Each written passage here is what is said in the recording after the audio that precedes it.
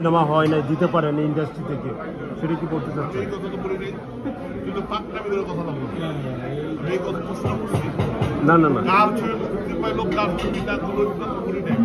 আমি বলতেছি ইন্ডাস্ট্রিতে ছাতা দরকার, ছাতাটা হলো সবচেয়ে বড়। ওইটা বুঝতে পারলে কষ্ট করবেন, এটা করবেন। আচ্ছা, ঈদে তো অনেক সিনেমা আসছে। আর সাকিবের বরবাদ আসতেছে, তারপর যাচ্ছে আপনার দাগি আসতেছে। ওই ধরনের আওয়াজ এখনো পর্যন্ত ইন্ডাস্ট্রিতে আসে না বা পাই না। আমরা চেষ্টা করবো যে ইন্ডাস্ট্রিতে একটা ঝলক আসে। হ্যাঁ, এই শুধু ঈদ না, ঈদের বাইরেও থাকবে। আজকে সিনেমা হল মনে হাতে 10টা আছে বাংলাদেশের ভিতরে।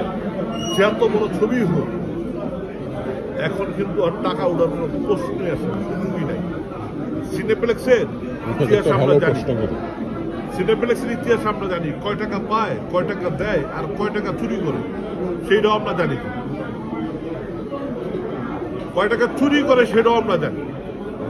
দেশে ওই ইতিহাস আমরা জানি, কিভাবে টাকা কিভাবে হয়। হ্যাঁ, অতএব ওই দিন এখন ভুলে যেতে হবে। বাংলাদেশ তাহলে কি ভাই এই চুরির উপরেই চলতেছে?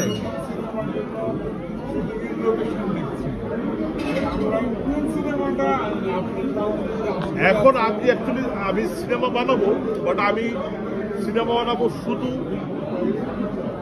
স্পন্সর বেস এবং ডিজিটাল লাইন। সিনেপ্লেক্স থেকে এবং সিনেমা হলতে আমি কি পাবো আমার জানা আছে। এই দুটা যদি আমার সুন্দর বন্ধু আছে, তাহলে আমি ছবি বানাবো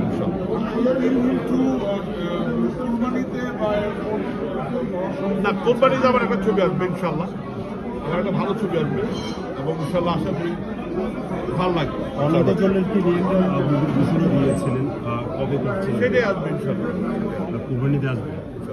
বলবে সামনেই ঈদকে ঘিরে আপনার দেশবাসী, আপনার আত্মীয় স্বজন, বন্ধু বান্ধব, পাড়া প্রতিবেশী, শত্রু মহল, তাদের উদ্দেশ্যে কিছু বলার আছে? আমি সবাইকে আমার অন্তর থেকে আমি দোয়া করবো, সবাই যেন সুস্থ থাকে, ভালো থাকে এবং সবাই যেন সেফ থাকে এবং সবাই যেন মিলেমিশে থাকে। মুসলমান আমরা ভাই, একটা